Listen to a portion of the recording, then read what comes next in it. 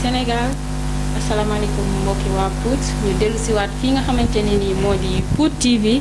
ñëw fas yéene jàmmarloo ki nga xamante ne nii moo di tonton Mbaye Diop waaye balaa loolu dañuy nuyu ñëpp di baalu àq ñëpp te di leen baal àq ci weeru koor bu màgg bu sell wi ñu nekk nii ñu nuyu ñëpp di sant yàlla julli ci yonente bu tedd bi sang-sang yi géer ñi di leen ñaanal jàmm kenn ku ci nekk ci ñoom jox nañ la loxo ci yéen jox nañ la loxo ne la bàlleen ñu àq bu baax a baax a baax tey nag ñu ñëw fii nga xamante ne nii moo di jàppoo fas yéene jàmmarloo kii di tonton Mbaye ñu waxtaan ak moom ci wàllum li nga xamante ne nii mooy pandémie bi lëmbe jamono lëmbe xel yi lëmbe xol yi lëmbe xalaat yi xool moom lan moo ci xelam ak xalaatam ak nan la koy dundee ak askanam tey ci loolu lañ toll nii ak évolution yi tamit bi nga xamante ne nii moom la pandémie bi di def muy Covid 2019 bii di coronavirus ñu xool yan apport la ñu ci mën a jox tonton Mbaye nuyu naa la bu baax. maa ngi lay sant te di rafetlu vraiment teewaay bi. damay nuyu rek waa Pout yëpp di sant ñëpp di jégalu ñëpp di baalu ñëpp baal na ñëpp. te ci koor gi may ziare ñëpp di ñaan yàlla nangu suñu koor ñun ñëpp yéen nag sama jabaat dama leen di sant di leen gërëm di leen encouragé ci démarche bi ngeen def lu rafet la lu am solo la ndax dëkk bi ñoo ko bokk kon ku ci nekk war ngaa mën a am foo taxawee ci li nga xam ne nii mooy di koy développé yéen a ngi si bay seen waar ñu ngi jéem a bay suñu baax di jéem a def vraiment li ñu war ànd ci yéen. waaw kon tonton Mbaye ñu dellusiwaat xam ne kàddu yi rafet na nuyoo bi set na sell na gis nañ ne tamit yaa ngi bay sa waar ci li nga xamante ne nii moo di Covid 2019 bi ndax jox nañu ay info ni doon nga sensibiliser askan wi di leen jox ay masque distribuer leen ko jox leen ko wante dañoo bëgg a xam tey jii nii maanaam wàllum distribution boobu nan la demee gis nañ ni nit ñi distribuer nañ leen ñu ngi raxasu ñu ngi protéger wu ñu ngi utiliser gel yii nii pour protéger wu mais n'empêche évolution dafa am te mi ngi commencé dugg ci suñu dëkk bi balaa ñu yegg foofu ñu tàmbali ak yow ci wàllum cet gi nan ak naka nga ko gis. voilà merci beaucoup d'abord leen féliciter parce que yéen a ngi def seen liggéey ni mu waree et di respecter vraiment normes yooyu ndax norme distance yi boo xoolee man ak yow on a respecté le minimum et que aussi gel maa ngi gel yaa ngi gel et maa ngi masque yaa ngi masque je crois que donc yow loolu déjà c'est un pas bu am solo ci li nga xam ne moom la ñuy mën muy vraiment créer barrière entre ñun ak doomu jàngoro c'est vrai vraiment jóg nañu suñu di dox bopp suñu intention personnelle et individuelle ñun rek jógal suñu bopp xam ne ci dëkk bi lañu bokk war nañoo jouer rôle ci dëkk bi ndax vraiment fii lañu amee lépp ndax foo juddoo màggee fa jàngee fa ñu yar la fa defal la fa lépp ba yàlla def am loo mën war ngaa mën a maanaam daal delloo mbàtt bi ci ndaal yi moo waral lu ñu gis mën ci muy xel ak xalaat wala jëf pour jariñ askan wi dañ ciy dox looloo waraloon waaw comme que ñu ngeen laaj si loolu ñu jéem a wër daara yi man de personnellement wër naa 25 daara sensibiliser leen wax ak taalib bi wax ak sëriñ bi explique ko li ma xam ci mbir mi apporter ko sama soutien bu ndaw ci saabu eau de javel madaar yi ak yooyu technique yi raxasu yëpp ma expliqué ànd ak sama rakk Mame Gour Diop ñu def 25 daara yaakaar naa ko pare war na ma 30 daara ndax dégg naa yeneen 3 yoo xam ne nii jot ma faa dem kon loolu jot nañ ko def am nañ yaakaar ni am na solo ginnaaw loolu def nañu aussi acte boo xam ne nii danoo dem ba mu yàgg nga xam ne mbir maa ngi évoluer comme ni nga ko waxee boobu évolution tax na ñu ne nañ seet pour fan la problème bi mën a dugg ci suñu biir dëkk ku ne war a def noonu mais bu ñu xalaatee dañu daal porte d'entrée Pout mooy marché bi ndax marché bi mooy dem wuti jën Kayar Mbour Tëngéej ak feneen ak feneen te booba ñu ngi dégg mbir mi à Rufisque déjà et ñooy dem wuti ay nag ay xar pour marché ba tey mais aussi légumes yi ak yëpp ci gox bi lay jógee sunu mbokki dëkkandoo yi muy Toor Jandeer gox boobu yëpp ñu benn lañu bañ nañ ko sax ñu tudd pour Jandeer dañ fay jógee di ñëw ñu di dem foofu mais kon ñu ne li ñu mën a def pour protection individuelle mu nekk une protection finalement collective mooy ñu wut ay masques subir ko marché bi amul xaaj ak seen nag li ma tase nit mu naa ma yaay sama monsieur le maire non lii amul xaaj ak seen pour toi ngay xool wala ko fi dund nga jox ko moo tax marché ba dem nañ fa may remercier en passant ñi ma defaral masques yi ndax Samba Sène tailleur la moom laa njëkk a jënd tissu bala tissu jox ko mu liggéeyal ma 400 et quelques masques mu yóbbu ko marché doyul ma gis association des tailleurs ma remercier leen tamit ndax As Anta mooy président bi ma jox ko ñaari balu tissu moo àndaloo ak ay nitam tailleurs yi mbokk association vraiment ñu dimbali ma et ma def encore mottali marché ak ñeneen di leen jox ñaari action yi daal def naa ko ci lii xam ni sama bopp laa ko defal ndax mbir mi bu fekkee ni ñàkk naa dugg ci sama fi ma nekk am naa yaakaar ni dina ma sawe sama njaboot sawe ñëpp kon ñaari action yi daal mën naa ko ginnaaw loolu tamit maire bi je suis conseil municipal woo nañ ma fa ne ma dañu bëgg a taxawal kuréel bu ñu tuddee élan kuréel googa am nay tànk ci dëkk bi ngir wut lu dolli ci li Macky Sall joxe ci 1700 junni ak juróom-benn téeméer ak juróom-ñaar fukk ak juróom-ñaar famille yi ñu war a joxe ñu ne du doy ñu ne élan ñëw leen ñu dajaloo jéem a wutiwaat dolli ci foofu it yëngut naa fa ànd fa ak ñoom ci biir moom. baal ma monsieur le maire kii tonton Mbaye doguma la sax mais foofu noonu laa bëgg a dugg tuuti ci wàllum sensibilisation boobu nga xamante ne nii def ngeen ko fi nga xamante ne si moo di maire yi wante dañ doon gis ne yow tamit am nga loo joxe monsieur le maire bi nga xamante ne ni moo fi nekk am na lu mu joxe ñeneen ak ñeneen ñi nekk ci yeneen parti yi kenn ku ci ne bay sa waar ci sa côté bopp léegi comme que ba même collectif bi la te askan wi moo leen tax a jóg ñu jàpp ne li nga xamante ne ni moom ngay tibb di koy joxe nga indi ko keneen ki nga xamante ni moo di Mamadou Abdoulaye Sy indi bosam moom Malick Ndiaye indi bosam lépp ñu booloo ko joxeendoo ko jox ko askan wi yëpp parce que tey jii nii kenn ku ci ne mi ngi toog di xaar militant jox ko kenn ku ci ne mi ngi toog di xaar kiiwam leaderam jox ko militant bu ci nekk mi ngi toog di xaar leaderam jox ko te affaire yi demeewul noonu ndaxte progression moo am cas bu grave moo am instant bii nii ci dëkk bi te loolu yaakaar naa ni yéen ñi nga xamante ne nii suñu borom yéen la fi jotate kenn ku ci nekk am say nit yaa ci mën a bay sa waar ci côté bu nekk ak ci côté yi tamit taalibe yi ndaxte bari nañ ci dëkk bi trop donte ni yéen a ngi dimbali daara yi wante marabu yi téewuñu leen ba tey dafa mel ni waaw man li ma jàngat li nga wax mooy sama réaction moo wax nga tudd militant man lii xew amu ci militant ñëpp sama militant la marché ba ma fa demee damaa tàmbalee ci marché jën distribuer jóge fa diviser wu en 3 groupes rapidement parce que commandant dafa ma waxoon ne ma da ngay gaaw ci li ngay def bu fa nekk di dajale nit ñi kon seetuma militant fi ñu toll nii ci affaire bi feebar bi seetuma militant donte nag politicien la ñeneen politicien lañu monsieur le maire politicien lañu mais action bi seetuma ci militant pour toi wala ku fi dund laay seet ak moom kon boobu xalaat man du ma lu ma féetewoo du ma ko nangoo féetewoo tamit kon tax na damay doxal noonu ba bisu tey maa ngi joxe ay masque li ma dese mais du ma ci seet militant ku soxla ma yore am ma jox la nii nag joxe nañu ndax dafa am ay jamono boo xam ne ni ku ci nekk sa xalaat wax naa ko ci benn vidéo nee naa woon ku ma woo ci jataay bu doxal mbir mi ñu fexe défendre waa Pout mu wuy si la ma njëkk a génne loolu laa ca wax kon booba ku am dégg-dégg maa ngi def appel du pied pour vraiment ku war a mën a woote booba tamit lëkkaloo na ak ay xale yu may war a félicité muy ànd xeex corona bi ma xam ci ku ñuy wax ku ci am activité mu Cheikh Baro ñëw na fii expliqué ma àndaat naa man sax mooy distribuer masques yi ca marché boobu kuréel ay jeunes lañu ñu bokk lu ñuy dox ñu dikkaat beneen vidéo génnaat ñu may poser même question bi cette fois-ci dama préciser daal ne monsieur le maire war naa woote ndax nag dëgg moom la fi yàlla teg war naa am taxawaayam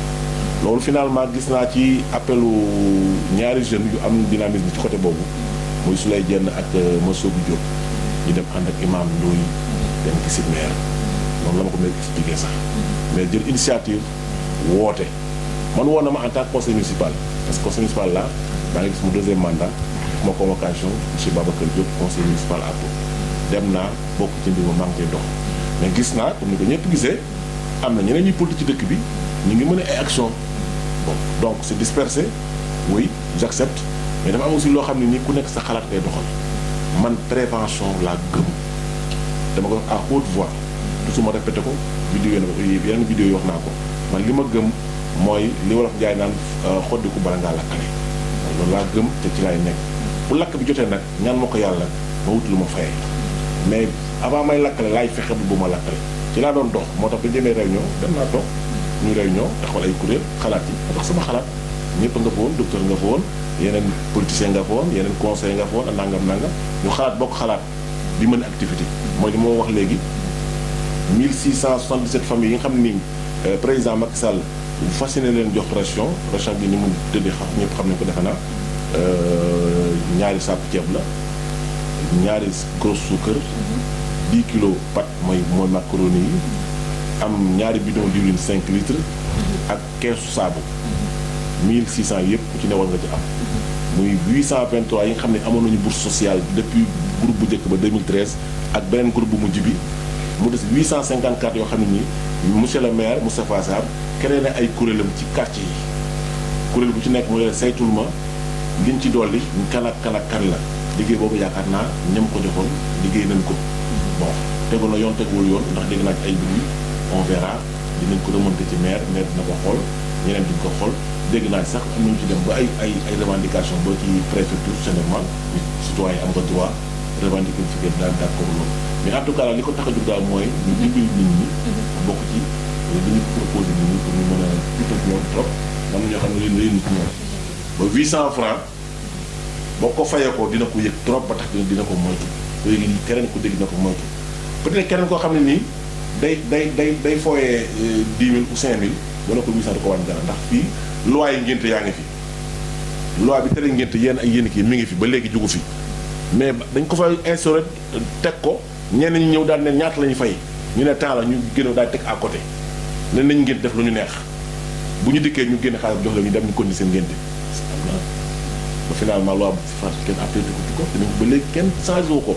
donc loolu dina mën a nekk nit nekk fi daal ne man dinaa def lu ma neex bu ñu ma nee 800 francs ma fay 800 francs d'accord mais ba tey ñu trouvé benn solution pour régler ce problème là kooku mën nga ko fayloo 800 francs tey suba ma génne 800 francs parce que moo ko tey nga arrêté ko exemple aller plus loin ak moom mais loolu laa je crois que daal il faut des solutions pareilles pour sanctionner les fautifs pour que ñu mën a avancer dans un sens vraiment de la prévention fu nekk nii affaire bi ne nii ñu ngi ñëw daal gis nañ ko dégg nañ ko fu sori à des milliers de kilomètres à Wuhan dégg ko Italie France Belgique Angleterre Amérique et partout mu jaaxal leen ñooñu ëpp ñu ay moyens ëpp ñu lu ne mais ñun ñu toog di ko xaar ba mu agsi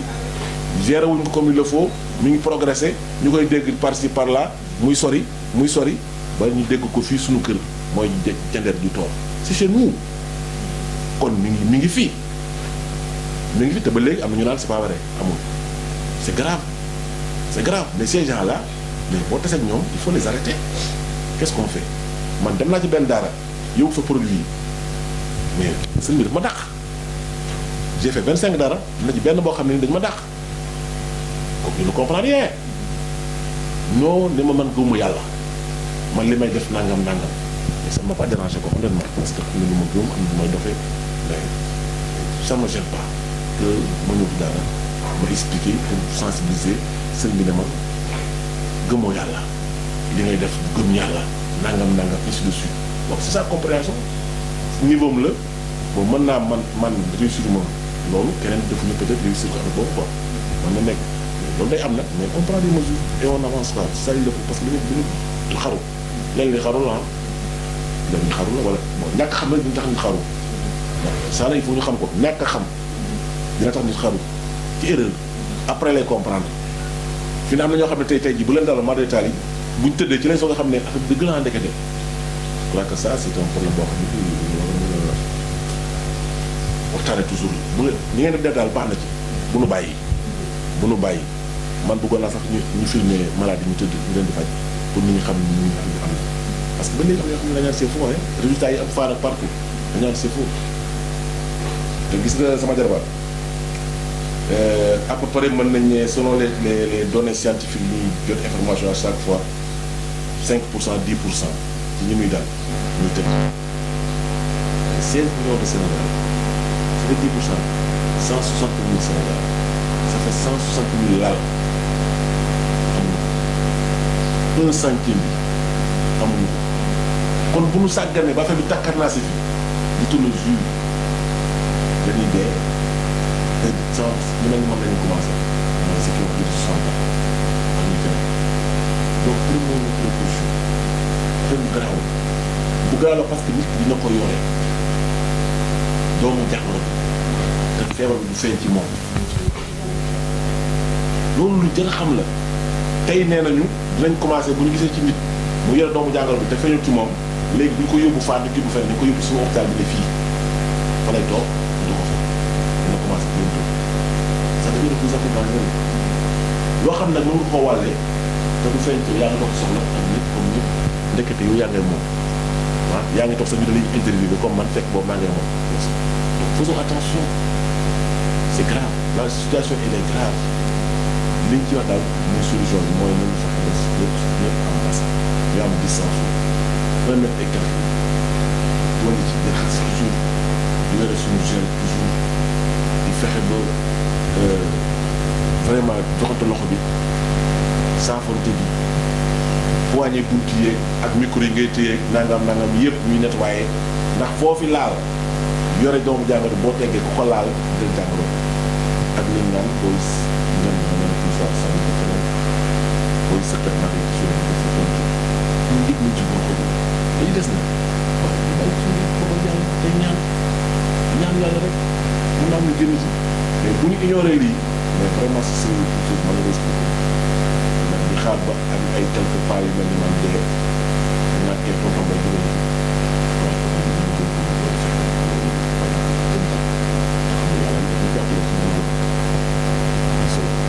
rafet na macha allah daf jàpp ci ñoom xool seet na xel tamit leeral nga askan wi loo xamante ne ni lu bëri nii xamuñu ko woon leeral nga leen ko wante bëggoon nañu ñëwaat tamit ci wàllum ba tey hygiène corporelle ndax gars yi dafa mel ni dañoo desee xam wàllum set gi nan lay war a mën a demee ñu bëggoon xam lan nga leen di conseil ak tamit lan ngay war a mën a wax ñi nga xamante ni yéen a bokk milieu politique bi pour ñu ñëw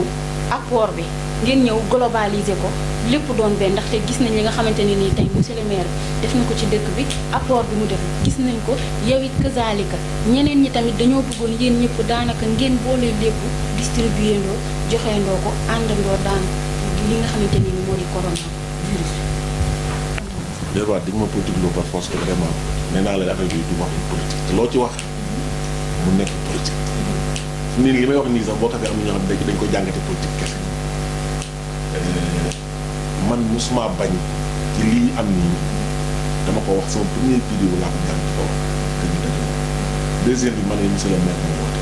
tey woote nag ñuy def ensemble te yaakaar naa man ni ma woowee ko en tant que conseil woo ñu en tant que politicien en tant que conseil gis nga ma woowee bu fekk nekk je crois que sama yaakaar woon nañu ñeneen donc laa yaakaar naa woon nañ ñeneen am na ñoo xam ne ñoo pour na sax suñu ko xool xool lañ doon ñu fi ay politicien la ñu politique dafa sax pour man ñu xam ne si en permanence yaakaar bi sax peut-être ak peut-être Cheikh Sow aussi il est là Ibrahima Ndoye même chose ak kanaan ko yenaa ñoom ñooñu puut c'est la vérité te tey fa ñu nekk moo ñu fa génn c'est la vérité donc bu ma analysé noonu maa ngi bëgg a politique jàmm donc moo tax ma ne bañ naa mais yàlla na toujours loo xam ne yàlla li ma gëm daal mooy woote nañu ñëw nañu réunion nañu tere nañu élan ñu ci activité yi ñu ngi discuter monsieur le maire day toog ñun donte comité bi jiitewu ko finalement mooy bii comité bi élan la tudd nag ñu ko jaawale nag comité bii bokk la comité bii recensé ci koñ yi bokk la comité bi distribué ci koñ yi ceeb ak diwlin ak leneen ak leneen bokk la comité bi monsieur le maire jiite ci commune bi ñun bokkuñu ak ñoom ñun suñu mission mooy jéem a wayaan bopp pour mu gën a leer lu ñu dolli ci li monsieur le maire di séddale loolu leer na laaj dana jéem a wayaan ñeneen ñu xam imam doy jiite ñu ñu mën koo dolli li nga xam ne dañoo yaakaar ne doy mais politiciens yëpp je crois que même bu mu fekkee ni joxuñu convocation mais appel bi je crois au moins am na mooy ñëpp lii lu nu joo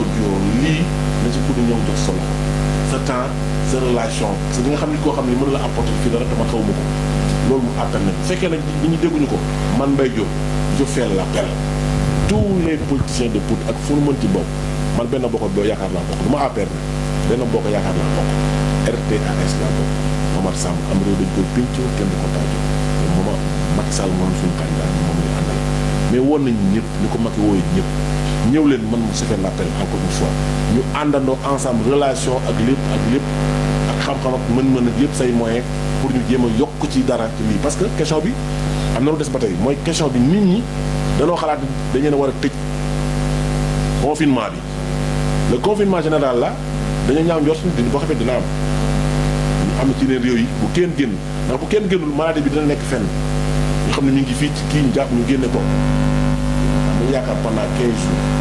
confinement bi nag foo ko déggee problème am na ndax man dañ ma Mbaye Diop yow am nga sa ration ñaari weer dégg naa ko dégg nga ko sa kër faale woo confinement macha allah mais ñun nag am nañ problème ak ñeneen moo tax yaakaar naa li war a ñëw kon confinement bi du yomb fii franchement du yomb ñu ko nangu mais li gën a efficace mooy confinement individuel ak boo xam ne sa politique mooy maanaam ñu ne sol masque ku ne daal moo ku ne di moytu saafara ku ne di moytu laal di raxasu toujours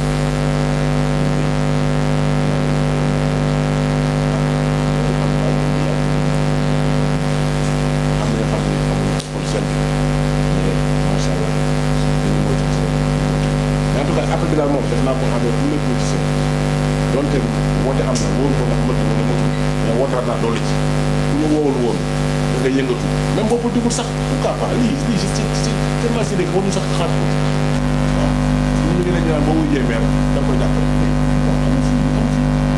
jàppale bi nga xam ne dara jàppale suñu bopp problème santé la problème santé la dañuy bëgg lii toute différence donc ni ko bëggee je fais appel à tous les politiciens venez encore fu toll ngeen dolli ci mais nag xaaral bi daal laa gën a gëm wante lekkat naan bi yëpp jëlaat loolu nga appel jarul l'essentiel mooy leer na nañu xol sedd na xel dal na li nga xamante ne nii bëggoon nañ ko ki ñu fi fekk mu di tonton Mbaye Diop defal nañu ko xamal na ni moom pare na pour wuyu ki nga xamante ne nii moo di monsieur le maire ci appel bi muy def tàllal loxo dem na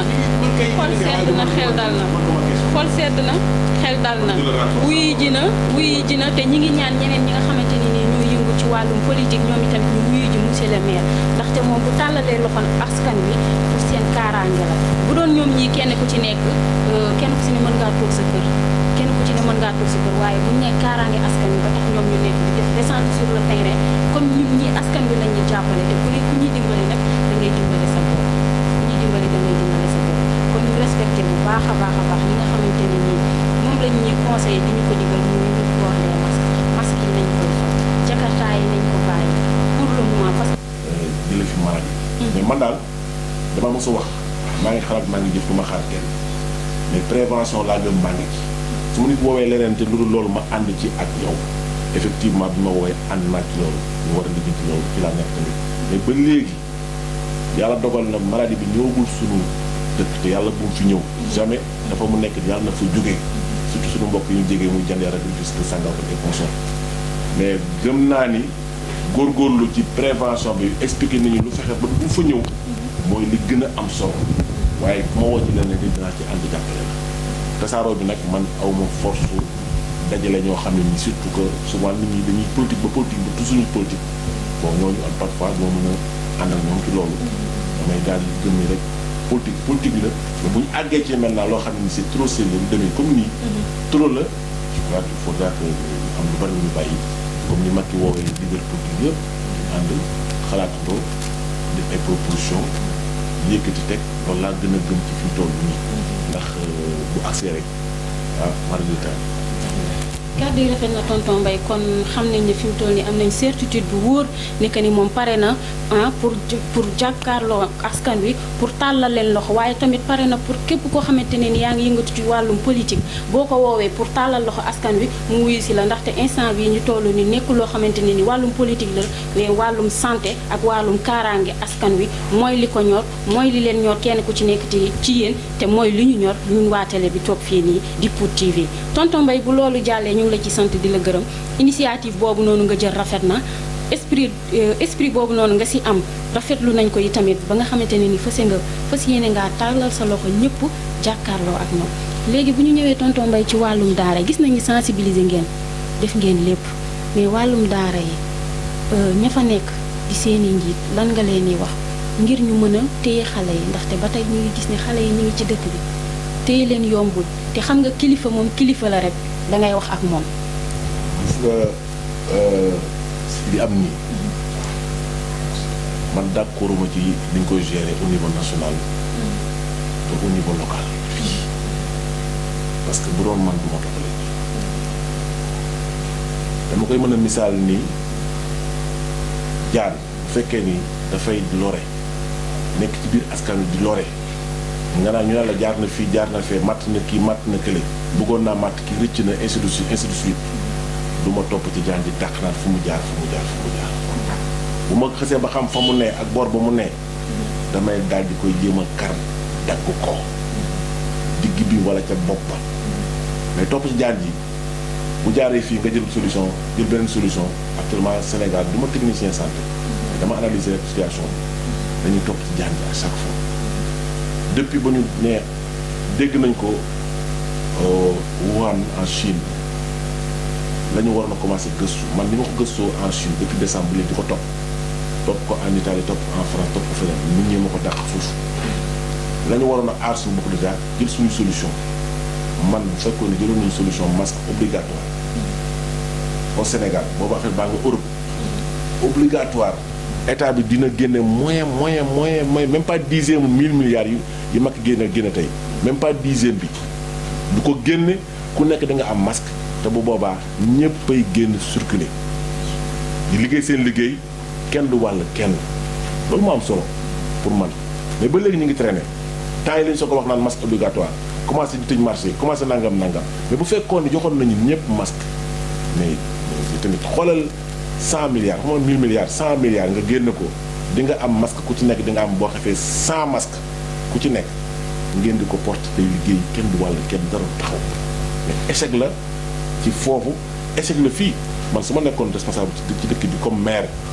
heure bi fekk na décaissé naa bu yàgg jënd masque yëpp jox ko ñëpp ndax yoon mayoon na ma ci jamono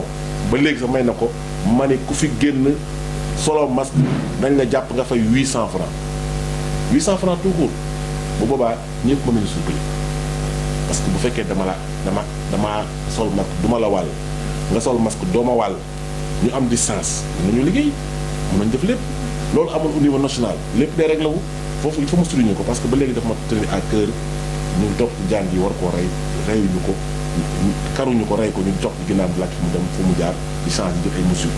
bu ñu xeefee nag affaire bi dinañu ëpp doole kon fii fi ñu toll laajoo ma loolu mais dama bëgg ñu génne masque suffisamment li fi nekk ci xaalisu askan bi ñëpp bokk ko muy xaalisu maire bi ñu génne ko suffisamment de masque nu mu gën a gaawee jox ko nit ñi mën a génn bouger tant soit pour au moins fii ndax léegi tere nañ lu bari bu kenn dugg ci réew mi bu kenn bouger région à région bu kenn di topp ci rek laay mën a expliquer mais loolu bu ñu ko defee rek day réglé wu dañuy nekk à l'aise même fu ñu jooxee dina fekk ñun ñu masque mu ñu obligé ko mu sol masque mbaa ñu sanctionné ko jàpp ko fayul ko te maire sañ na loolu sañ na ko ak gendarmerie loolu daal il faut nga xam ni mooy la meilleure solution la nga waxoon nag ci daara yi affaire yooyu mais loolu moi je crois que parce que ça revient au même man dem naa ci daara yi mais kan moo ma gën a ëpp droit ak devoir ak obligation pour dem ci daara yi c'est la municipalité le maire en tête mu yore exécution bi ñun ay conseillers lañu dañ koy hôtel budget ne ko mi ngi noonu dépenser bu fekkee ne méngoo nag li nga bëgg baax na méngoo ko ñu xool nu ñu koy defee ñu régler ko bu fekkee jaaxle nga woowaat ñu def virement ainsi de suite loolu la ñu mën mais moom mooy exécuter yooyu yëpp bari na ay niches yoo xam ne nii war na ci mën a génnee xaalis te duñu waat sax pour mën a régler yenn problème yi régler ko daara ji ña fa nekk dañoo war a obligatoirement téye xale yi ndax lépp wax nañ ko ba ci président de la république moom mu waroon ñëw forcer leen ko ñu téye xale yi bu fekkee dund la ñu jëm leen a dundal tàll si la noonu la def ay madame la teg baax na baaxul en tout cas ñu ngi régler problème temps soit peu man naa am na njumte ci biir mais en tout cas bi ngi régler problème temps soit peu mais loolu waroon mën a nekk la obligé leen ku ci deful ñu jàpp sta talibé indi la benn problème boo xam ne bokk la li ñu nekkoon mais pourquoi pas très tôt comme ni ko ñenn ñi réussir yenn kii problème da nga koy suivre jéem ci anticiper bala moo agsi nga xalaat yi xam nga réew ak dëkk li koy doxal mooy moyen bi la il faut nit ñi di xaaral ko. foofu laa bëgg a ñëw ci wàllum fi ngay wax ni prévention ci wàllum daara yeeg yooyu décision yi nga xamante ni nii mooy ki nga xam ne monsieur le maire war na ko si jël parce que gis nañ ni tamit am na ay décision yu ñu si jël mooy que ni daara yi décision yooyu nga wax noonu jël na ko si boobu plutôt mais nit ñi da nga leen di wax boo leen wanee ginnaaw ñu def leneen tey jii marché yi respecté nañ ko 14 heures bi jël na décision ñu arrêté ko à 14 heures voiture yi respecté nañ distance yi calèche yi 1 heure de temps yi jakarta yi yabat ñu da nga leen di yónni ñu doxal leen seen course mais est-ce que le problème bi en fait askan bi nit ñi ñoo war a déglu. non loolu. nit ñi ñoo war a déglu dama naan la c'est vrai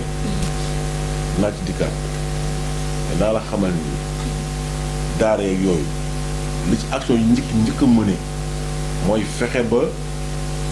taalibe yi toog wax ak ñoom defuñu ko nga sanctionné am na ñoo xam ne dañoo daal di jël taalibe yi ñu dëkk ci dëkk bi dem leen ñibbi seen kër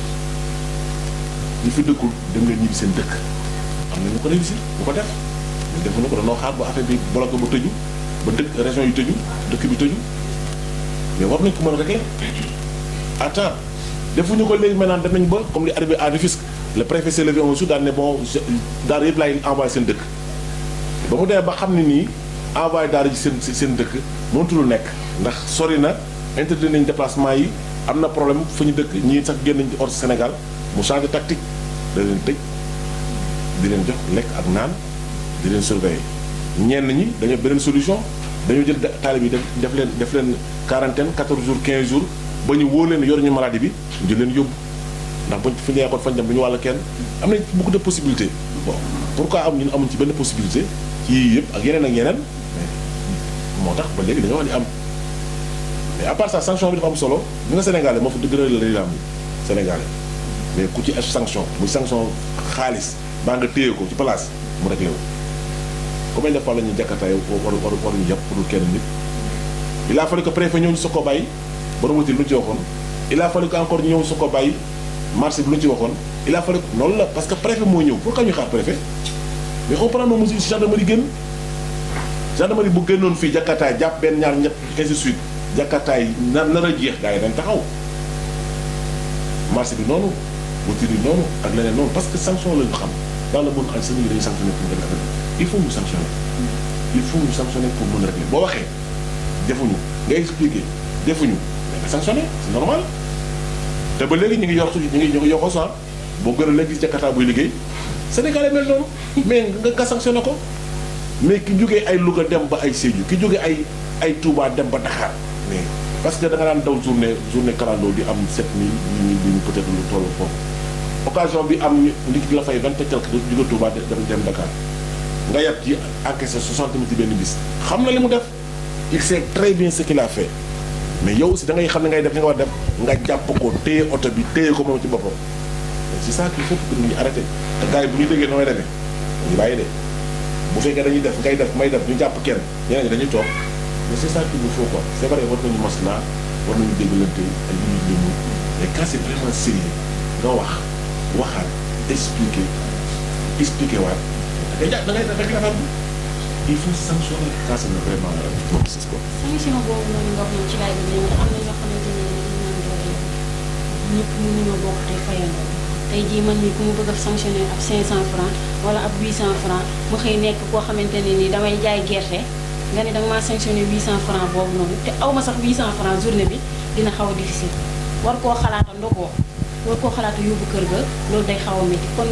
est-ce que amul beneen méthode bu dul sanction boobu ci wàllum xaalis ci koppar. non du teg seen askan wi kenn ku ci nekk sensibiliser gën a waxtaanal ak askan wi. mais non kay doy tu as raison mën naa am na yeneen sanction yoo xam ne nii war naa mën a nekk bon peut-être je ne trouve pas mais en tout cas man daal li ma gëm mooy dinaa ñu wax la li nga xam ne mooy yoon expliquer la li tax ñu teg ko fi ba mu war a nekk yoon expliquer la ko nga comprendre ak nit ñi moo mënti toll nag nga expliquer la ko fexe ba nga xam ni lii boo ko deful am nay conséquences di nga lor sa bopp lor keneen lépp mën naa ci jaar ci yooyu quoi xaar la nga déconné waat ma ñëwaat explique la fàttali la menacé la sax mais léegi attention nag boo naree lor nit ñi yow di nga lor sa bopp mais bu fekkee da ngay insister mais